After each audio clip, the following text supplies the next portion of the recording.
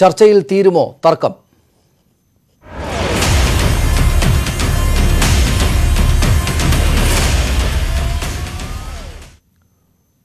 കിറ്റെക്സ് വിഷയത്തിൽ വഴിത്തിരിവ്. കിറ്റെക്സിന് വാഗ്ദാനവുമായി ഗുജറാത്ത് സർക്കാർ രംഗത്ത് വന്നു. വിവാദം ശ്രദ്ധയിൽപ്പെട്ടതിനെ തുടർന്നാണ് ഗുജറാത്ത് വ്യവസായ വകുപ്പിന്റെ ഇടപെടൽ. കൂടുതൽ വിവരങ്ങളുമായി സുരേഷ് വെള്ളിമുറ്റം ചേരുന്നു. സുരേഷ്, എന്താണ് ഉണ്ടായിരിക്കുന്നത്? ഗുജറാത്ത് ഔദ്യോഗികമായിട്ട് ഈ ക്ഷണം കിറ്റെക്സിനെ അറിയിച്ചോ? നേരത്തെ ചില സംസ്ഥാനങ്ങൾ, ഒന്നിലേറെ സംസ്ഥാനങ്ങൾ, പ്രധാനപ്പെട്ട സംസ്ഥാനങ്ങൾ കിറ്റെക്സിന് സഹായ വാഗ്ദാനം നൽകിയിരുന്നല്ലോ. സനീഷ്, ഗുജറാത്ത് സർക്കാരിൻ്റെ ഭാഗത്തു നിന്നുമാണ് ഇപ്പോൾ ഏറ്റവും ശക്തമായിട്ടുള്ള ഒരു നീക്കം ഈ കിറ്റെക്സിൻ്റെ കാര്യത്തിൽ ഉണ്ടായിരിക്കുന്നത്. സനീഷ് സൂചിപ്പിച്ചതുപോലെ തന്നെ മറ്റ് പല സംസ്ഥാനങ്ങളും ഇത്തരത്തിൽ മുന്നോട്ട് വന്നിരുന്നുവെങ്കിൽ പോലും കൂടുതൽ ആകർഷകമായിട്ടുള്ള വാഗ്ദാനങ്ങളുമായിട്ടാണ് ഗുജറാത്തിൻ്റെ വരവ് എന്നുള്ളതാണ് സൂചന. ഇന്നലെയും അതിന് തലേ ദിവസവും ശനി ഞായർ ദിവസങ്ങൾ അവധിയായതിനാൽ ഔദ്യോഗികമായി കിറ്റെക്സ് ഗ്രൂപ്പുമായി ഗുജറാത്ത് സർക്കാരിന് ബന്ധപ്പെടാൻ കഴിഞ്ഞിട്ടില്ല. ഇന്ന് ഇത് സംബന്ധിച്ചിട്ടുള്ള ഇമെയിൽ ഗുജറാത്ത് വ്യവസായ വകുപ്പിൽ നിന്നും കിറ്റെക്സ് ഗ്രൂപ്പിന് നൽകും എന്നാണ് അറിയുന്നത്. കിറ്റെക്സ് ഗ്രൂപ്പിൻ്റെ എല്ലാ വിവരങ്ങളും ഗുജറാത്ത് സർക്കാരും വ്യവസായ വകുപ്പും ശേഖരിച്ചു കഴിഞ്ഞിട്ടുണ്ട്.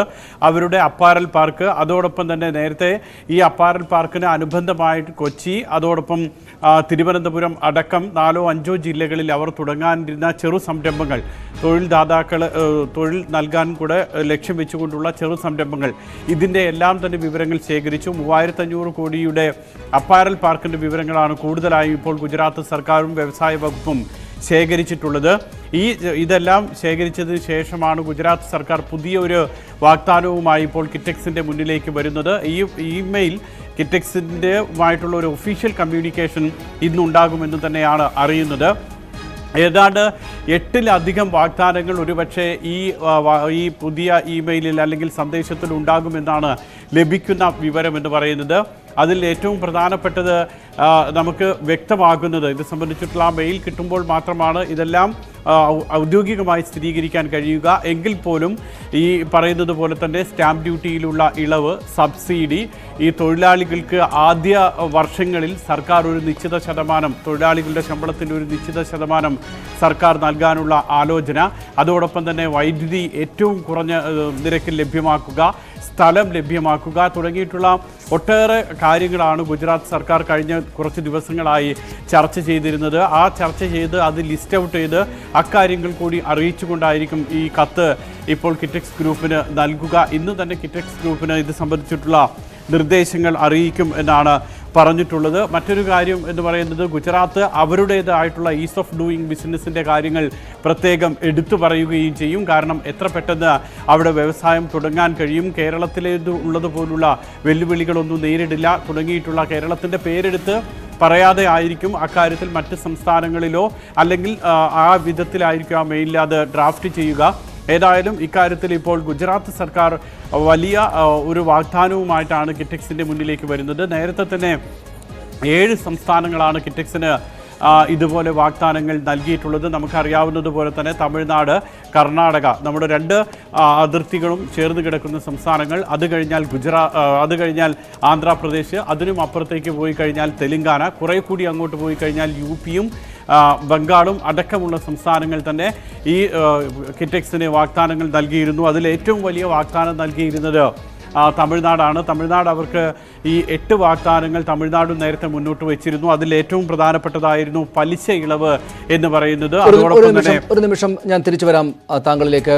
സുരേഷ്, ഇപ്പോൾ സാബു ജേക്കബ്, അദ്ദേഹം തന്നെയും ടെലിഫോൺ ലൈനുണ്ട്. ശ്രീ സാബു ജേക്കബ്, ഇവിടെ ഈ ഗുജറാത്ത് സംസ്ഥാനത്തിൻ്റെ കൂടെ ഒരു വാഗ്ദാനം വന്നിരിക്കുകയാണ്. അത് ഔദ്യോഗികമായിട്ട് ആ ക്ഷണം ലഭിച്ചിട്ടുണ്ടോ? ഇനി ക്ഷണം ഔദ്യോഗികമായിട്ട് ലഭിക്കുകയാണെങ്കിൽ എന്ത് നിലപാടായിരിക്കും കിറ്റെക്സിന്? എനിക്ക് ശനിയാഴ്ച രാത്രി 10:35 എന്നെ ഗുജറാത്തിൽ നിന്ന് അഡീഷണൽ ചീഫ് സെക്രട്ടറി വിളിച്ചത്. അദ്ദേഹം ഒരു 15 മിനിറ്റ് സംസാരിച്ചു. അപ്പോ എല്ലാവിധ സഹായങ്ങളും തരാം, പ്രപ്പോസൽ ഒന്ന് അയക്കാം. അതിനുശേഷം അദ്ദേഹം അദ്ദേഹത്തിന്റെ വേറൊരു IAS ഉദ്യോഗസ്ഥയെ അതിന് ഏർപ്പാട് ചെയ്തു. അവര് ഇപ്പോഴത്തെ ഗുജറാത്തിൽ കൊടുക്കുന്ന ഇൻഡസ്ട്രിയൽ പോളിസി, ടെക്സ്റ്റൈലിന് സെപ്പറേറ്റ് ആയിട്ട് പുതിയൊരു പോളിസി 2021 ടെക്സ്റ്റൈൽ പോളിസിയും അതുപോലെ തന്നെ അതിന്റെ ഡീറ്റെയിൽസ് എല്ലാം എനിക്ക് അയച്ചു തന്നിട്ടുണ്ട്. ഔദ്യോഗികമായിട്ടുള്ള ലെറ്ററുകളും അതെല്ലാം ഇന്ന് വരുമെന്ന് ഞാൻ പ്രതീക്ഷിക്കുന്നു. പക്ഷേ മറ്റുള്ള കാര്യങ്ങൾ പോളിസിയാണ് എനിക്ക് അയച്ചു തന്നിരിക്കുന്നത്. ഇത് ഈ അഡീഷണൽ ചീഫ് സെക്രട്ടറി എന്നെ വിളിക്കുക എന്ന് വെച്ചാൽ വളരെ ഗൗരവത്തോടു കൂടിയുള്ള ക്ഷണം എന്ന നിലക്കല്ലേ അത് കാണാൻ ആവുക. അപ്പോൾ എന്ത് തീരുമാനമായിരിക്കും എടുക്കുക? ഔദ്യോഗികമായിട്ട് ഇവിടെ ഇത്രമാത്രം പ്രയാസങ്ങൾ നേരിടുന്ന സാഹചര്യത്തിൽ അങ്ങനെ ഒരു വാഗ്ദാനം സ്വീകരിക്കാൻ തയ്യാറാകുമോ? അങ്ങനെ ആലോചിക്കുന്നുണ്ടോ? ഇവിടെ നമ്മൾ മനസ്സിലാക്കേണ്ട ഒരു കാര്യം, ഒരു സംസ്ഥാനത്തിന്റെ അഡീഷണൽ ചീഫ് സെക്രട്ടറി, അതും ഒരു സാറ്റർഡേ രാത്രി 10:35 വരെ അവരത്രമാത്രം അതിനു വേണ്ടിയിട്ട് അത്ര ഡെഡിക്കേറ്റഡ് ആയിട്ട് കമ്മിറ്റഡ് ആയിട്ട് ഒരു കാര്യത്തിന് വേണ്ടിയിട്ട് ഇറങ്ങിത്തിരിക്കുന്നു എന്നുള്ളതാണത്. ഇതിന്റെ ഒരു 100-1 കേരളത്തിൽ ഉണ്ടായിരുന്നെങ്കിൽ എത്രയോ സംസ്ഥാനങ്ങളിലൂടെ ഉണ്ടായിരുന്നു. അപ്പൊ നമ്മള് പല കാര്യങ്ങളും കണ്ട് പഠിക്കേണ്ടതായിട്ടുണ്ട്. ഇവിടെ നമുക്ക് വ്യാഴാഴ്ച കഴിഞ്ഞാൽ ഒരു ഉദ്യോഗസ്ഥനെ പകല് പോലും കിട്ടില്ല, അല്ലെങ്കിൽ വെള്ളിയാഴ്ച കഴിഞ്ഞാൽ കിട്ടില്ല. ഇത് സാറ്റർഡേ രാത്രി 10:35 ഒരു അഡീഷണൽ ചീഫ് സെക്രട്ടറി ഒരു വ്യവസായിയെ വിളിക്കുന്നു, അദ്ദേഹത്തിന് വേണ്ട സഹായങ്ങൾ ചെയ്യാമെന്ന് പറയുന്നു. അത് ഏത് സംസ്ഥാനമായിക്കോട്ടെ, നമ്മൾ ചില കാര്യങ്ങൾ അവിടെ വിലയിരുത്തേണ്ടതായിട്ടുണ്ടെന്നാണ് പറയുന്നത്. അത് ആ സംസ്ഥാനത്ത് എത്രത്തോളം ഒരു നിക്ഷേപത്തിന് കൊടുക്കുന്ന അതിന്റെ ഇമ്പോർട്ടൻസ് എത്രത്തോളം ഉണ്ടെന്നുള്ളതാണ് മനസ്സിലാക്കുന്നത്. നിശ്ചയമാണ് ശ്രീ സാബു. പക്ഷേ ഇവിടെ ഈ ഇത്രക്ക് വലിയ സൗഹൃദാന്തരീക്ഷമുണ്ട്, അത്ര വലിയ പദവിയിലുള്ള ആളുകൾ നേരിട്ട് വിളിക്കുകയാണ്. അപ്പോൾ അത് സ്വാഭാവികമായിട്ടും സ്വീകാര്യമാവുകയല്ലേ ചെയ്യുക? അത് നിഷേധ മറുപടി നൽകേണ്ടതായിട്ട് വരുമോ, അല്ലെങ്കിൽ അത് സ്വീകരിക്കുമോ? ഇല്ല, അങ്ങനെ ഇതിപ്പോ ഗുജറാത്ത് ഒരു സംസ്ഥാനമാണ്. സൗത്ത് ഇന്ത്യയിലെ 4 സംസ്ഥാനങ്ങളിൽ നിന്നും ഇതേ രീതിയിലുള്ള അപ്രോച്ച് ഉണ്ടായിട്ടുണ്ട്. വ്യവസായ മന്ത്രിമാര്, മുഖ്യമന്ത്രിമാര്, അങ്ങനെ പലരും വിളിച്ചിട്ടുണ്ട്. അപ്പോ നമ്മള് ഇത് വളരെ പെട്ടെന്ന് വളരെ വൈകാരികപരമായിട്ട് എടുക്കേണ്ട ഒരു തീരുമാനമല്ല അത്. കാരണം ഒരു ഇൻവെസ്റ്റ്മെന്റ് ചെറിയൊരു എമൗണ്ട് അല്ല. അതിനെപ്പറ്റി ഏതെങ്കിലും ഏജൻസികളെയൊക്കെ വെച്ച് അതിന്റെ ഫീസിബിലിറ്റി സ്റ്റഡി അങ്ങനെയുള്ള ഒട്ടനവധി കാര്യങ്ങൾ അതിൽ കടന്നു പോകേണ്ടതായിട്ടുണ്ട്. അപ്പൊ നമുക്ക് ഇപ്പൊ കിട്ടുന്ന ഓഫറുകൾ വെച്ചിട്ട് നമ്മൾ അതിനൊരു ഏജൻസിയെ കൊടുത്ത് KPMGയോ അല്ലെങ്കിൽ EYയോ അങ്ങനെയുള്ള ഏതെങ്കിലും ഏജൻസിയെ വെച്ചിട്ട് അത് വളരെ പ്രൊഫഷണലായിട്ട് സയന്റിഫിക് ആയിട്ട് നമ്മൾ മുന്നോട്ട് പോകേണ്ട ഒരു കാര്യമാണത്. ഇത് ഇന്നിപ്പോൾ കേരള സർക്കാരുമായിട്ട് ഇന്നിപ്പോൾ ഒരു കൂടിയാലോചന ചർച്ചയുണ്ടല്ലോ. അക്കാര്യത്തിൽ പോസിറ്റീവായിട്ടുള്ളൊരു വിചാരമുണ്ടോ? അങ്ങനെ പോസിറ്റീവായിട്ട് വരുമെന്ന് കരുതുന്നുണ്ടോ? അല്ല, അങ്ങനെ ഒരു ചർച്ച നടക്കുന്നതായിട്ട് പറഞ്ഞു. പക്ഷെ അത് എന്നെ അല്ലെങ്കിൽ കിറ്റക്സിനെ ഉൾപ്പെടുത്തിക്കൊണ്ടുള്ള ഒരു ചർച്ചയല്ല അത്. എനിക്ക് തോന്നുന്നു വിവിധ വകുപ്പുകളുടെ മന്ത്രിമാര്, അങ്ങനെയുള്ള വകുപ്പ് ഉദ്യോഗസ്ഥന്മാര് മുഖ്യമന്ത്രി വിളിച്ചിരിക്കുന്നതായിട്ടാണ് ഞാൻ മനസ്സിലാക്കിയിരിക്കുന്നത്. ദൃശ്യമാധ്യമങ്ങളിൽ കണ്ടതല്ലാതെ അതിനെപ്പറ്റി കൂടുതലായിട്ടുള്ള വിവരങ്ങളൊന്നും എനിക്കറിയില്ല അതിനെപ്പറ്റി. ഇതിപ്പോൾ അവസാനമായിട്ട് ശ്രീ സാബു ജേക്കബ്, ഇതിപ്പോൾ എന്താണ് ഇതിൻ്റെ ഒരു അന്തിമമായിട്ടുള്ളൊരു പര്യവസാനമായിട്ട് ഉണ്ടാവുക? ഇതിപ്പോൾ പല സംസ്ഥാനങ്ങളിൽ നിന്നായിട്ട് ക്ഷണം വരുന്നുണ്ട്. താങ്കൾ സൂചിപ്പിക്കുന്നത് പോലെയാണെങ്കിൽ വളരെ ഗൗരവത്തോടു കൂടി വലിയ പദവിയിലുള്ള ആളുകൾ നേരിട്ട് വിളിച്ച് അങ്ങോട്ട് ചെല്ലാനും ആവശ്യപ്പെടുന്നുണ്ട്. കുറെ കൂടെ അനായാസമായിട്ടൊരു പക്ഷേ ഈ കാര്യങ്ങൾ നടത്താൻ സാധ്യമാകുന്ന സാഹചര്യം അവർ ചൂണ്ടിക്കാണിക്കുന്നുണ്ട്. കേരളത്തിലാണെങ്കിൽ താങ്കൾക്ക് നിരന്തരമായിട്ട് പ്രശ്നങ്ങൾ തുടരുകയുമാണ്. ഇവിടുത്തെ ചർച്ചകളിൽ പോലും താങ്കൾ അറിഞ്ഞിട്ടില്ല എന്ന കാര്യങ്ങളുമുണ്ട് താങ്കൾ പറയുന്ന പ്രകാരമാണെങ്കിൽ. അങ്ങനെയാണെങ്കിൽ എങ്ങനെയായിരിക്കും ഈ കാര്യങ്ങൾക്കൊരു പര്യവസാനം ഉണ്ടാവുക? സംസ്ഥാനം വിട്ടുപോകേണ്ടി വരുമോ, അല്ലെങ്കിൽ ഇവിടെ ഇത്തരം കാര്യങ്ങൾക്കകത്ത് തന്നെ തുടരുകയാണോ ചെയ്യുക? ഇതിലെ എന്താണ് ഇതിന്റെ അന്തിമ ഫലം? അതൊക്കെ നമ്മുടെ ഗവൺമെന്റ്, മുഖ്യമന്ത്രിയും വ്യവസായ മന്ത്രിയും മറ്റുള്ള കേരള സമൂഹവും എങ്ങനെ ചിന്തിക്കുന്നു, എങ്ങനെ ഇതിനെ കാണുന്നു, എത്രത്തോളം ഗൗരവം കൊടുക്കുന്നു എന്നതിനെ ആശ്രയിച്ചിരിക്കും. പക്ഷെ എന്റെ കാര്യത്തിൽ ഞാനൊരു കാര്യം പറഞ്ഞല്ലോ, ഇത് എന്റെ മാത്രമായിട്ടുള്ള ഒരു പ്രശ്നമല്ല. ഇത് കേരളത്തിലെ 50,000 രൂപ മുടക്കുന്ന ഒരു പെട്ടിക്കടക്കാരൻ മുതല് വൻകിട വ്യവസായികളുടെ പ്രശ്നമാണ്.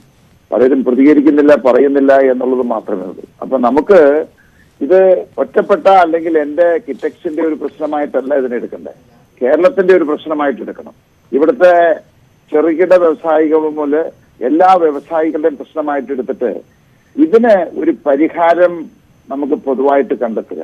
കിറ്റക്സ് ഇവിടെ നിൽക്കുന്നോ, 3500 കോടി രൂപ ഇൻവെസ്റ്റ് ചെയ്യുന്നുവോ, അടുത്ത സംസ്ഥാനങ്ങളിലേക്ക് പോകുന്ന ഒരു വിഷയത്തിനേക്കാൾ കൂടുതലായിട്ട് ഇവിടുത്തെ വ്യവസായിക സൗഹൃദം ഈ പറയുന്ന രീതിയിൽ ഉണ്ടോ, ശരിക്കും ഉണ്ടോ, അത് ഒരു പരിശോധന നടത്തി അതിന് കാതലായിട്ടുള്ള മാറ്റങ്ങൾ വരുത്താൻ ഇന്നത്തെ ലോകത്ത് നടക്കുന്ന രീതിയിൽ, മറ്റ് സംസ്ഥാനങ്ങൾ നടക്കുന്ന രീതിയിൽ മാറ്റങ്ങൾ നടത്താനായിട്ടുള്ള ഒരു ആർജവം ഈ ഗവൺമെന്റിന്, മുഖ്യമന്ത്രിക്ക് വ്യവസായ മന്ത്രിക്ക് നമ്മുടെ കേരള സമൂഹത്തിന് ഉണ്ടോ എന്നുള്ളതാണ് ഏറ്റവും പ്രാധാന്യം അറിയിക്കുന്നത്.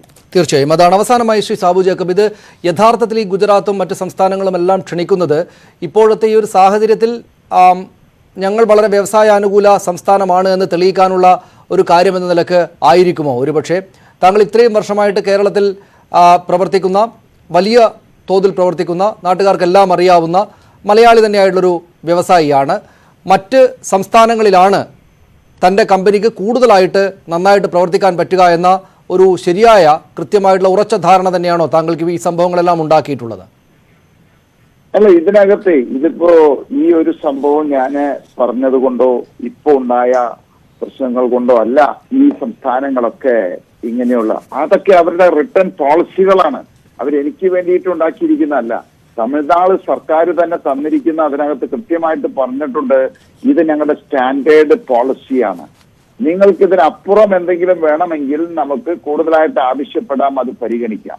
ഗുജറാത്ത് എനിക്ക് അയച്ചു തന്നിരിക്കുന്ന 21 അവരുടെ ഈ പറയുന്ന വ്യവസായത്തിന് വേണ്ടിയിട്ടുണ്ടാക്കിയിരിക്കുന്ന പോളിസി പ്രിന്റഡ് പോളിസിയാണ്. അതിന് ഉപരിയായിട്ട് ടെക്സ്റ്റൈലിന് വേണ്ടി അവർ വേറൊരു പോളിസി ഉണ്ടാക്കിയിട്ടുണ്ട്, കൂടുതൽ സൗകര്യങ്ങൾ കൊടുത്ത്. കാരണം ടെക്സ്റ്റൈൽ എന്ന് പറയുമ്പോൾ ഏറ്റവും കൂടുതൽ തൊഴിൽ സാധ്യതയുള്ള ഒരു മേഖലയാണ്. അപ്പൊ അതിനുവേണ്ടി പ്രത്യേകമായിട്ട് ഉണ്ടാക്കിയിട്ടുണ്ട്. അപ്പൊ നമ്മൾ വിചാരിക്കുന്ന മാതിരി ഇതൊരു രാഷ്ട്രീയമായിട്ടുള്ള ഒരു അപ്രോച്ച് അല്ല അത്, അല്ലെങ്കിൽ കേരളത്തെ താറടിക്കാനായിട്ടുള്ള സംഗതിയല്ല.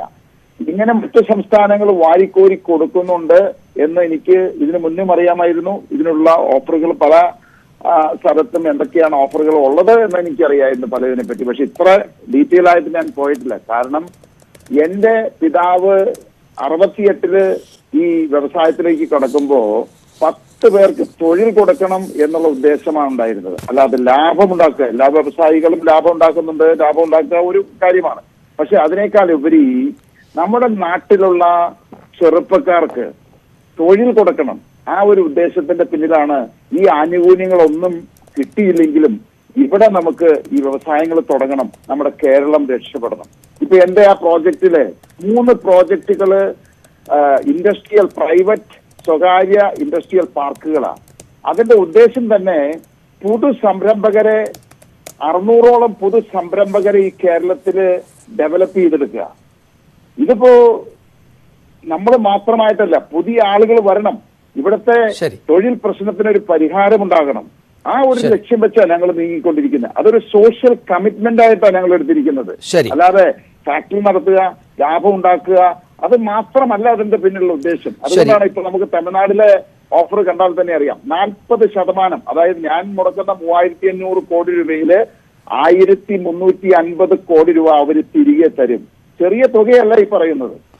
അപ്പൊ അതെല്ലാം വേണ്ടെന്ന് വെച്ചിട്ട് നമ്മളൊരു പ്രസ്ഥാനം കേരളത്തിൽ തുടങ്ങുമ്പോ സഹായങ്ങളൊന്നുമില്ലെങ്കിലും ഈ ഉപദ്രവിക്കുന്ന സമീപനം മാറണം. അത് എനിക്കെന്നല്ല, ഈ കേരളത്തില് ഒട്ടാകെ അത് മാറണം. അത് ഗവൺമെന്റ് ചിന്തിക്കേണ്ട സമയമായിരിക്കുന്നു. അതായത് അത്തരം ഒരു സംഗതിക്ക് വേണ്ടിയിട്ടുള്ള ഒരു പോരാട്ടം കൂടിയാണിത്. കേരളം വിട്ടുപോവുക എന്നതല്ല ആത്യന്തികമായിട്ടുള്ള ലക്ഷ്യം. എന്ന് വെച്ചാൽ ഗുജറാത്ത് അടക്കമുള്ള ആളുകൾ നൽകുന്ന വാഗ്ദാനങ്ങളോട് ആ നിലക്കായിരിക്കും പ്രതികരിക്കുക, അല്ലേ? അല്ല, അതിന്റെ കാര്യം ഞാൻ പറഞ്ഞല്ലോ, ഇതിനെ രണ്ടായിട്ടാണ് കാണുന്നത്. എന്റെ 3500 കോടി രൂപയുടെ ഇൻവെസ്റ്റ്മെന്റ് കാര്യത്തിൽ ഞാൻ പറഞ്ഞു ഇവിടെ മുടക്കുന്നില്ല. അത് നമ്മൾ കൂട്ടിക്കലർത്തരുത്. കാരണം ഞാന് വളരെ വൈകാരികപരമായിട്ട് എടുത്തൊരു തീരുമാനമല്ല. എനിക്ക് അത്രമാത്രം വേദന ഉണ്ടായതുകൊണ്ട്, അതായത് മനസ്സമാധാനം എന്ന് പറയുന്ന സംഗതി ഇല്ലാതെയാക്കിക്കൊണ്ട് ഒരിക്കലും ഇനി തുടരാൻ പറ്റില്ല എന്നുള്ള രീതിയിൽ ആലോചിച്ചെടുത്തൊരു തീരുമാനമാണ്. ഇന്ന് നമ്മൾ തീരുമാനമെടുക്കുന്നു, നാളെ അത് മാറ്റുന്നു, വീണ്ടും മാറ്റുന്നു. അങ്ങനെ ഒരു സമീപനം ഞങ്ങളെപ്പോലെയുള്ള വ്യവസായികൾ എടുക്കാറില്ല. ശരി, വളരെ നന്ദി ശ്രീ സാബു എം ജേക്കബ് ഞങ്ങളോട് സംസാരിച്ചതിന്. അദ്ദേഹം ഗുജറാത്തിൻ്റെ വാഗ്ദാനമുണ്ട് എന്ന കാര്യം സ്ഥിരീകരിക്കുകയാണ്. ഗുജറാത്തിൽ നിന്ന് അങ്ങനെ ഒരു ഔദ്യോഗികമായ ലക്ഷണം തന്നെ വന്നിട്ടുണ്ട്. ശനിയാഴ്ച രാത്രി സംസ്ഥാനത്തെ അഡീഷണൽ ചീഫ് സെക്രട്ടറി തന്നെയും നേരിട്ട് വിളിച്ച് ഈ വാഗ്ദാനം മുന്നോട്ട് വെച്ചിട്ടുണ്ട് എന്ന് ശ്രീ സാബു എം ജേക്കബ് പറയുന്നു. ഇതിനകം 1-ലേറെ സംസ്ഥാനങ്ങൾ, ഏതാണ്ട് 5-6 സംസ്ഥാനങ്ങളുടെ വാഗ്ദാനം അങ്ങനെ മുന്നിലുണ്ട് എന്നാണ് ശ്രീ സാബു എം ജേക്കബ് പറയുന്നത്. ഗുജറാത്തിൽ നിന്നാണ് ഒടുവിൽ ഇപ്പോൾ കിറ്റക്സിന് വ്യവസായം നടത്താനായിട്ടുള്ള വാഗ്ദാനം വന്നിട്ടുള്ളത്. അവർക്ക് റിട്ടേൺ ആയിട്ടുള്ളൊരു പോളിസി ഉണ്ട് വ്യവസായം സംബന്ധിച്ച്. ആ കാര്യം അയച്ചു തന്നു. ഒപ്പം ഈ ടെക്സ്റ്റൈൽ മേഖലയ്ക്ക് വേണ്ടി മാത്രമായിട്ട് ഒരു പ്രത്യേക പോളിസി ഉണ്ട്. എല്ലാം വളരെ വ്യവസായാനുകൂലമാണ്. പക്ഷേ അങ്ങോട്ടേക്ക് പോകാൻ ഉള്ള തീരുമാനത്തിലേക്ക് എത്തിയിട്ടില്ല എന്നാണ് അദ്ദേഹം സൂചന നൽകിയത്. എന്ന് വെച്ചാൽ അത് കുറേ കൂടെ ദീർഘമായുള്ള പ്രോസസ്സിന് ശേഷം ആണ് അത്തരം കാര്യങ്ങളിലൊക്കെ തീരുമാനമെടുക്കേണ്ടത്. അദ്ദേഹത്തിൻ്റെ സംസാരത്തിൽ ഏതായാലും ഗുജറാത്തിൻ്റെ ക്ഷണം സ്വീകരിച്ച് അങ്ങോട്ടേക്ക് പോകും എന്നൊരു സ്ഥിരീകരണമൊന്നുമില്ല. പക്ഷേ ഗുജറാത്തിൻ്റെ വാഗ്ദാനമുണ്ട് മറ്റ് പല സംസ്ഥാനങ്ങൾക്കും ഒപ്പം എന്ന് അദ്ദേഹം സ്ഥിരീകരിക്കുന്നു. സുരേഷ് വെള്ളിമറ്റം നമ്മോടൊപ്പം ചേരുകയാണ്. സുരേഷ്, അദ്ദേഹം തന്നെ നേരിട്ട് വന്ന് കാര്യങ്ങൾ വിശദീകരിച്ച് കഴിഞ്ഞു. സംസ്ഥാനം ഗുജറാത്ത് അപ്പം മറ്റ് സംസ്ഥാനങ്ങളും ഈ വാഗ്ദാനങ്ങൾ കൊണ്ട് ലക്ഷ്യമിടുന്നത് എന്തായിരിക്കും? സനീഷ്, ഇപ്പോൾ സാബു എം ജേക്കബ് നമ്മൾ പുറത്തുവിട്ട വാർത്ത സ്ഥിരീകരിക്കുകയാണ്. ശനിയാഴ്ച രാത്രി 10:00-ക്കാണ് ഗുജറാത്തിൻ്റെ അഡീഷണൽ ചീഫ് സെക്രട്ടറി അദ്ദേഹത്തെ വിളിക്കുന്നത്. ആ വിളിച്ചതിന് ശേഷം അഡീഷണൽ ചീഫ് സെക്രട്ടറിക്ക് കീഴിലുള്ള ഒരു IAS ഉദ്യോഗസ്ഥയെ തന്നെയാണ് ചുമതലപ്പെടുത്തിയിട്ടുള്ളത്. ആ IAS ഉദ്യോഗസ്ഥയാണ് ഇന്ന് ഇപ്പോൾ കിറ്റെക്സ് ഗ്രൂപ്പുമായി ഇനി അടുത്ത ആശയവിനിമയം നടത്തുക. ആ ആശയവിനിമയത്തിലാണ് ഇപ്പോൾ policy 2021 apparel policy, textile policy അയച്ചു കൊടുത്തു എന്ന് പറയുമ്പോൾ തന്നെ ഈ തമിഴ്നാട് കൊടുത്തതുപോലെ തന്നെ എന്തൊക്കെ ഓഫറുകൾ എന്നുള്ളത് ആ ഒരു മെസ്സേജിലായിരിക്കും ഇനി ഉണ്ടാകുക. അതുകൂടെ വെച്ചിട്ട് ആ ആനുകൂല്യങ്ങൾ അല്ലെങ്കിൽ ഉള്ള വാഗ്ദാനങ്ങൾ അതുകൂടെ പഠിച്ചതിന് ശേഷം, അതുകൂടെ വിലയിരുത്തിയതിന് ശേഷമാണ് KPMG പോലുള്ള ഏതെങ്കിലും ഒരു ഏജൻസിയെ ഇക്കാര്യത്തിൽ ഇനി കിറ്റെക്സ് ഗ്രൂപ്പ് ചുമതലപ്പെടുത്തുക. അവരുടെ കൂടി പഠനത്തിൻ്റെ അടിസ്ഥാനത്തിലായിരിക്കും ഒരു തീരുമാനം വരുന്നത്. ഏതായാലും ഇന്ന് തന്നെ ഈ അഡീഷണൽ ചീഫ് സെക്രട്ടറിക്ക് കീഴിലുള്ള ഉദ്യോഗസ്ഥയുടെ ഒരു സന്ദേശം കിറ്റെക്സ് ഗ്രൂപ്പിന് ലഭിക്കും. ശരി, നന്ദി സുരേഷ് വിവരങ്ങൾക്ക്.